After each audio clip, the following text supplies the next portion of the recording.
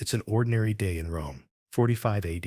You're the wife of a senator, a respected matron from one of the city's noble families. Your children are busy with their tutors. Your husband is at the forum, debating laws, and you're quietly planning the evening meal. Life is calm, predictable, until you hear it. A knock at the door. Not a gentle knock. The pounding of armored fists, the kind that makes your blood freeze. The Imperial Guard has arrived. You search your mind for reasons. Did your husband offend someone in the Senate? Did you forget some ritual obligation? Fear claws at you, but the soldiers don't arrest your husband. They don't accuse you of a crime. Instead, they deliver a strange message. The Empress herself, Delaria Messalina, has requested your presence at the palace. At first, it sounds like an honor. Being noticed by the imperial family could mean advancement for your husband, prestige for your household. But the guards' faces tell another story. They aren't smiling. They aren't congratulating you. They're delivering you to something that feels less like a reward and more like a sentence. Because here's the truth history books rarely say out loud. Messalina, the young wife of Emperor Claudius, was running something inside the palace that went far beyond scandal. For nearly a decade, she built a hidden empire based not on armies or laws, but on shame. A machine of exploitation so systematic that even Roman historians, men who lived in a world of slavery and brutality, struggle to describe it without flinching. What you are about to be dragged into isn't just a personal nightmare. It is a system designed to humiliate Rome's noblest families, to break reputations, to secure power, not through the sword, but through the destruction of dignity. When you arrive at the palace, you're not greeted as a guest.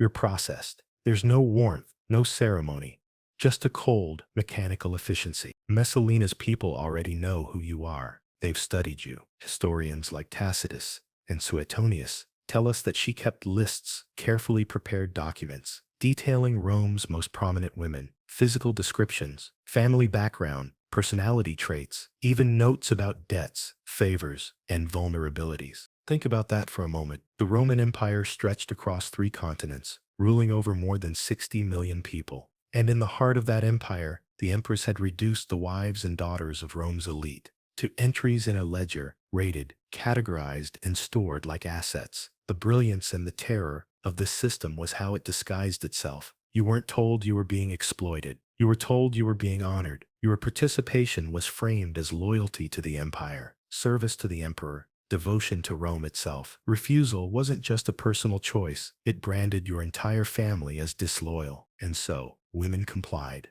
Some out of fear, others because their husbands pushed them, calculating that the disgrace of one night might secure years of political advancement. That's how Messalina turned private violation into public leverage. Every time a woman entered her system, her family's future was bound tighter to the Empress's control. Inside the palace, your name, your lineage, your dignity, all of it is stripped away. You're no longer a senator's wife or a consul's daughter. You're what they chillingly called an imperial asset. And Messalina didn't leave anything to chance. She built a bureaucracy around her scheme. There were record keepers, schedulers, medical inspections, financial accounts. Women weren't treated as individuals. They were inventory. The palace became less a home for an emperor and more a machine, one designed to humiliate, to profit, and to control. This wasn't a scandalous love affair. It was a system, and it was only just beginning. Messalina wasn't content with secret control. Private shame was useful, but public humiliation was power. So she turned exploitation into entertainment.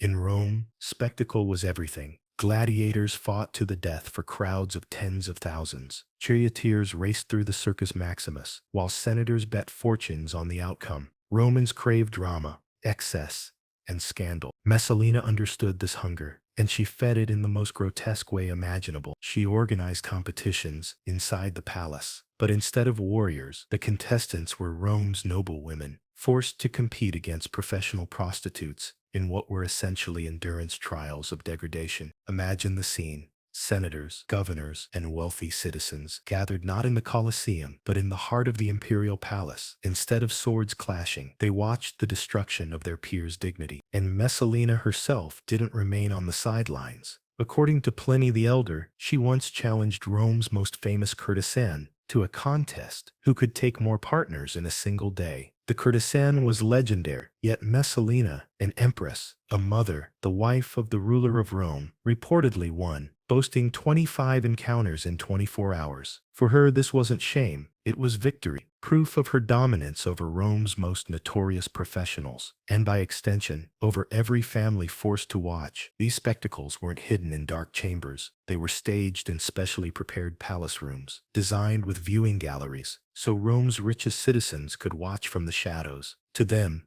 it was a thrill. To the victims, it was a life sentence, because the humiliation didn't end when the games were over. In Rome, a woman's honor was her family's honor. A husband whose wife had been publicly disgraced was scarred politically and socially. A child whose mother had been forced into Messalina's contests carried that shame for life. This was the Empress's true genius. She wasn't just breaking individuals, she was breaking bloodlines. And the more outrageous the spectacle, the more untouchable she became. Every laugh, every bet placed by Rome's elite during those nights in the palace tied them deeper into her web. To expose her was to expose themselves. This wasn't merely scandal, it was psychological warfare dressed up as entertainment, and it gave Messalina a new weapon, fear mixed with fascination, that kept the empire's most powerful men at her mercy. The palace spectacles were horrifying enough, but for Messalina they served a second, even more dangerous purpose. They created leverage. Every humiliation was recorded, documented, and filed away. What seemed like a night of debauchery to outsiders was in reality the foundation of an intelligence network. Foreign dignitaries, kings, governors, ambassadors were welcomed into Rome with the same perverse hospitality. Imagine arriving in the capital of the world's greatest empire, expecting marble banquets and ceremonial honors, only to be presented with the chance to spend the night with a Roman noblewoman. Declining could be interpreted as an insult to the emperor's household. Accepting meant you were caught in Messalina's web. From that moment forward, you weren't just a guest of Rome, you were compromised. Messalina had the details, names, times, witnesses. She turned the most intimate acts into political chains. If a ruler defied Rome, she could whisper their shame back into the ears of their rivals. If a senator resisted her influence, she had proof that his family's honor had been traded away. This was blackmail,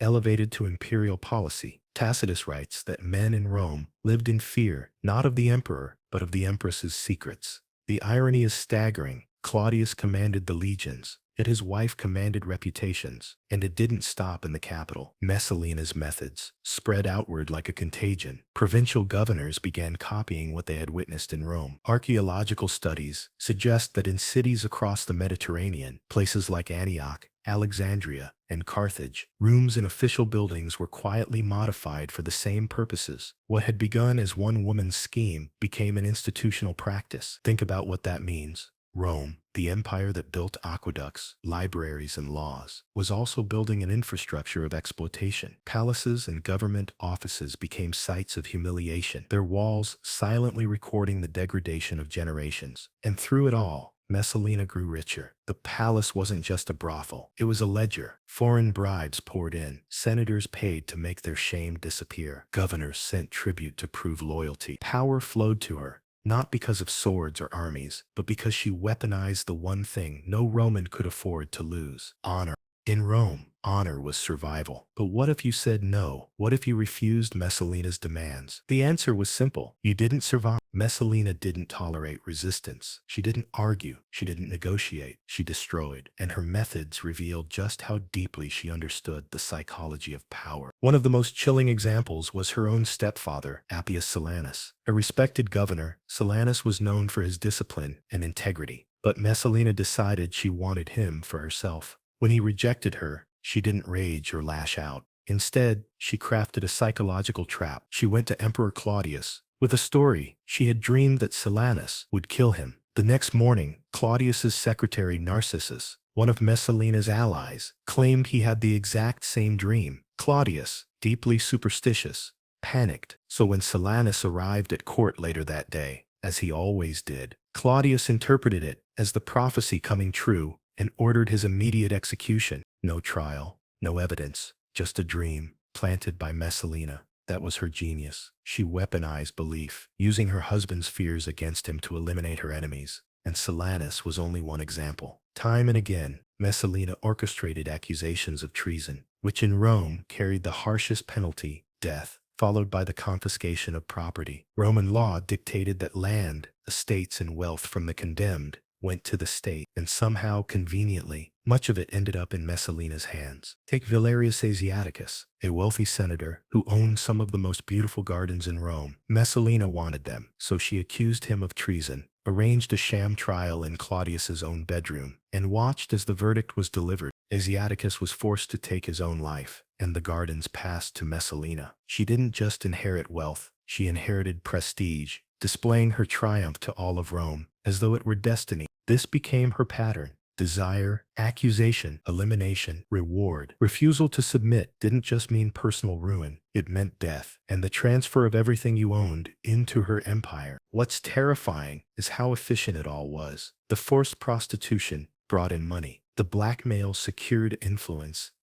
The executions delivered property. It wasn't chaos, it was business. Messalina wasn't acting like an empress. She was running Rome like the head of a criminal syndicate, one that operated under the roof of the emperor himself. And the most disturbing part, Claudius didn't see it. Messalina's greatest weapon wasn't the sword, or even blackmail. It was normalization. She managed to take something unthinkable, humiliation, exploitation, even death, and present it as ordinary Roman politics. She never said women were being forced into prostitution. She called it imperial service. Families weren't being blackmailed. They were demonstrating loyalty to Rome. A senator whose wife was summoned to the palace wasn't losing his dignity. He was showing devotion to the emperor. And incredibly, people started to believe it. Families, who once lived in fear, began to compete for her favor. Some fathers offered up their daughters willingly, hoping to gain contracts, military commissions, or senate positions. Husbands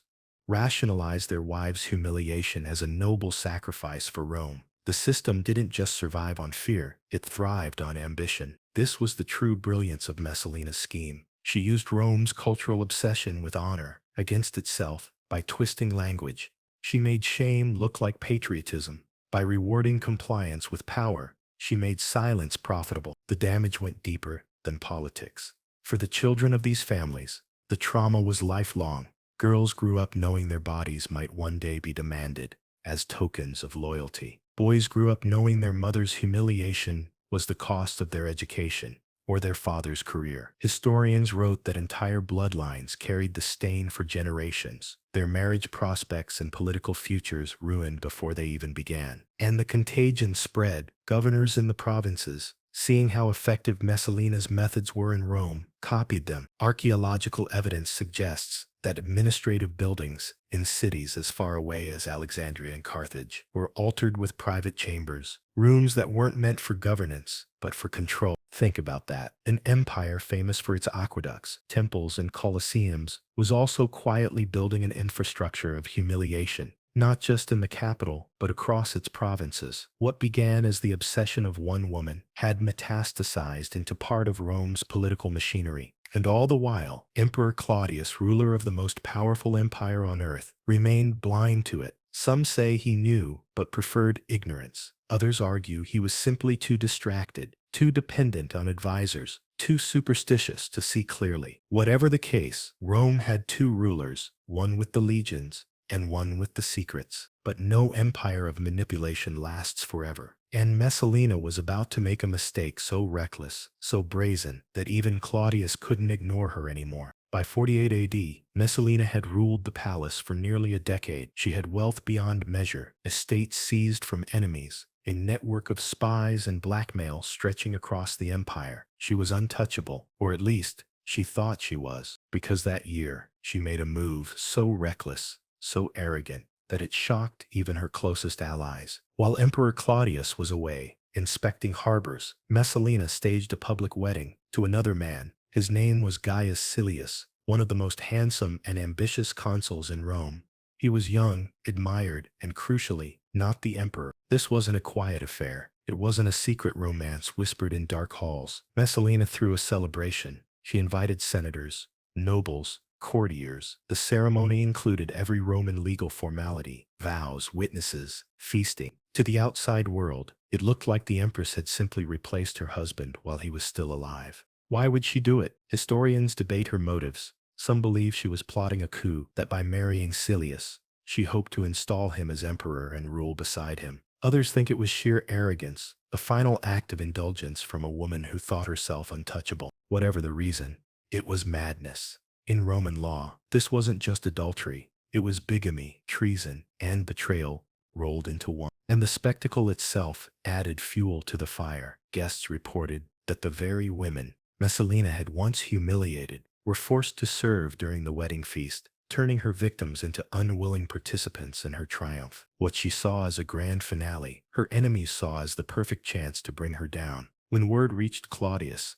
the emperor who had ignored whispers for years could no longer stay silent. Even he, blind and superstitious as he was, couldn't deny what had happened. His advisors rushed to him, terrified that he might forgive her as he always had. They insisted this time was different. This wasn't rumor. This was treason, written into Roman law. For the first time, the net began to close around Messalina. The guards who had once obeyed her commands now marched against her. Allies who had once fed her schemes began to abandon her. The woman who had built an empire of secrets and shame was about to face the one enemy she couldn't control: consequences. When the guards finally came for her, Messalina wasn't in the palace. She had retreated to the gardens of Lucullus, vast, luxurious estates she had once stolen from a man she accused of treason. Now the place that symbolized her greatest theft would become the stage of her downfall. For the first time in years, the Empress panicked. She begged her allies to protect her. She sent messengers racing to Claudius, pleading for a private audience. She even tried to use her children as bargaining chips, parading them before the emperor's advisors to remind them she was still the mother of his heir. But the tide had turned. Claudius's circle of advisors, men who had long lived in fear of Messalina, knew this was their chance to be free of her. They worried that if Claudius saw her in person, his weakness for her might return. So they moved quickly. They ordered her death before she could manipulate him again. When the guards arrived, Messalina's courage collapsed. Roman tradition expected disgraced nobles to take their own lives, meeting death with dignity, but Messalina couldn't do it. Ancient sources describe her trembling, begging, hesitating, unable to press the blade against her chest. In the end, it wasn't suicide. It was an execution. A soldier, disgusted by her weakness, struck her down. The woman who had weaponized shame, who had humiliated Rome's noblest families, who had destroyed reputations with a whisper, died in the most shameful way imaginable. Stripped of power, stripped of dignity, her last moments spent pleading for mercy that never came. After her death, the palace tried to erase her. Records were destroyed, statues smashed, official history softened or silenced her name. But traces survived in Tacitus, in Juvenal, in Pliny the Elder, enough for us to piece together the empire of humiliation she created. And here's what makes her story haunting. Messalina didn't command armies. She didn't pass laws. She didn't control the treasury. She ruled through psychology. She weaponized shame, fear, and the human obsession with honor. She made degradation look like duty, turned silence into ambition, and proved that sometimes the most dangerous power isn't brute force, but manipulation. That pattern didn't die with her. History is full of figures who used the same tools: control of reputation, normalization of corruption, exploitation disguised as loyalty. Messalina's empire was destroyed in a single day, but the methods she perfected still echo in every age. So here's the question. If a system like hers could take root in the heart of Rome, could it happen again, under a different mask, in a different empire?